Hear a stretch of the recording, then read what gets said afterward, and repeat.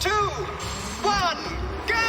Hello Nidorinas and Nidorinos, it is KingNido here, and it is chilly here today in Sirchester City as the Humelau Cascade have come to challenge the Frost, and they are starting out with Kingdra and Arctivish, an actual ice water type as well.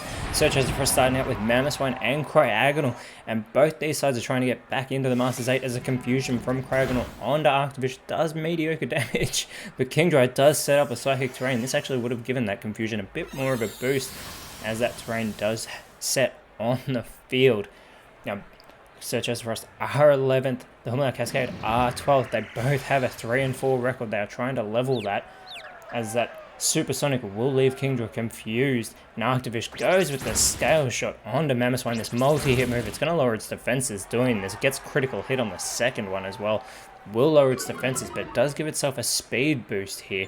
See if it actually becomes the quickest Pokemon on the field. See if it can move faster than Cryogonal. It is unable to though, as Cryogonal sets up the rain, performing that rain dance over the field. This might actually be more beneficial to the Humelau Cascade though, given a boost to that water type, and is Arctivish going for the string shot. So now the only Pokemon that's not quicker than is Arctivish.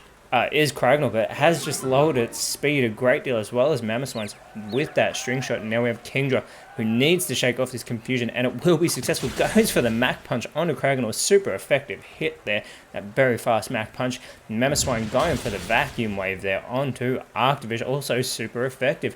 And Arctivish now is the quickest on the field and goes for the Leaf Blade on Mamoswine, and it is a huge, super effective hit.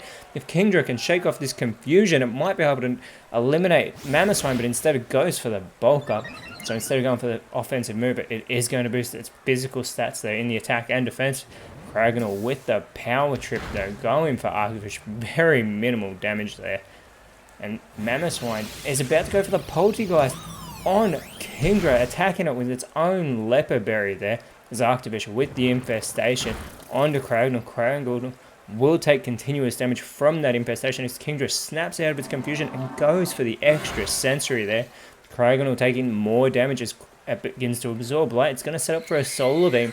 Surely it is wishing it went for a sunny day, but Mamoswine going for the explosion. And Mamoswine takes itself out of the battle, takes Arctivish with it, but unfortunately does take its teammate Cryogonal down with it as well, and this has instantly changed the complexion of this matchup. It is now a 4 Pokemon on Sirchester Frost. 5 Pokemon left on the Cascade as Warrain and Avalugg come out for the Frost, and it is Blastoise coming out for the Cascade. That gear up does fail, and Blastoise is going to go for a Bolt Beacon. This will be super effective if it goes for Warrain, but instead connects with Avalugg, as Warrain with the conversion is going to change its typing. It becomes a normal type now, as Avalugg with that Razor Shell onto Blastoise. Not very effective, but actually a really good hit, as Blastoise does have its defensive stats lowered, and Psychic Terrain does clear from the battlefield. Kingdra with the Defog now. And that Defog is going to lower the evasiveness of Warrain, making it an easier target as Blastoise with the Spatial Rend going for the now normal type Warrain. Warrain actually tanks that hit quite well and performs the Mind Reader now. Does take aim at Kingdra with that Mind Read, but Avalugg follows it up with the Acid Spray, continuing to go for Blastoise. Very minimal damage, but will lower Blastoise's special defenses stats this time, continuing to lower the Cantonian starter Pokemon's defenses.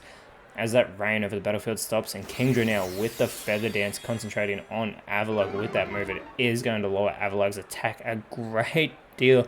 Avalugg with that 117 base attack now, as Blastoise hits everyone on the field, even doing damage to Kingdra. Thankfully wasn't very effective, but Zap Cannon from Warrain is going to finish the Dragon Water type off, leveling the player field now. And Avalugg with a Rapid Spin onto Blastoise. Blastoise having one of its own signature moves used against it. Avalugg does get a speed boost with that. And Inteleon now, another water type starter Pokemon, comes onto the field, and immediately with the Icy Wind onto the Ice types actually does more damage than I would have expected. Avalugg is able to hold on, but it will lower both Ice type Pokemon's speed stats. Mind you, the Humelau Cascade already are fast from Blastoise with the double hit, takes out Avalugg after being disrespected from that Rapid Spin, takes it out with one hit, and Warrain with the Present onto Inteleon does nothing.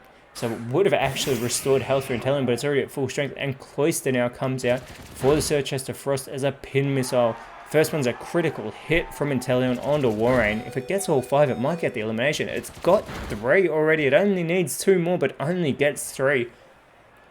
Blastoise, though, with the Meteor Mash, that will finish the job. Warrain is eliminated, and now there are only 2 Pokemon remaining for the Surchester Frost. As Cloyster sets up a Whirlpool onto Inteleon. Does little damage there, but it will do continuous damage being trapped in that vortex, just like is happening now. So that will continue to chip away at Inteleon as Glaceon, the last Pokemon for the Surchester Frost, comes out. And Inteleon going with another Icy Wind, making sure that the Humanoid Cascade are faster than the Ice types. Even though that wasn't very effective on both Ice type Pokemon, it does lower their speed. So Blastoise will move before both Glaceon and Cloyster and goes with the Spore. This is going to put the evolution to sleep. It's not going to be able to go for an attack now.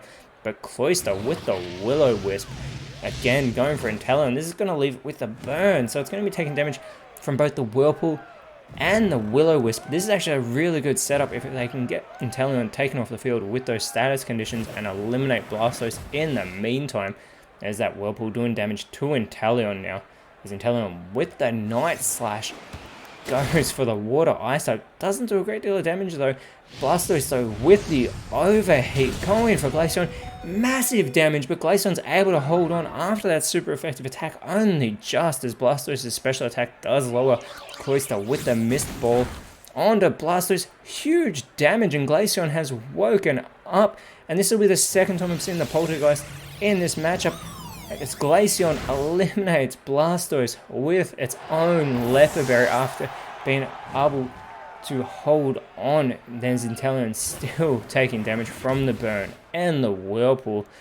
Inteleon does not want to be eliminated. It is having a good showing so far, and Milotic comes onto the field, but Inteleon is going to ride that Surf.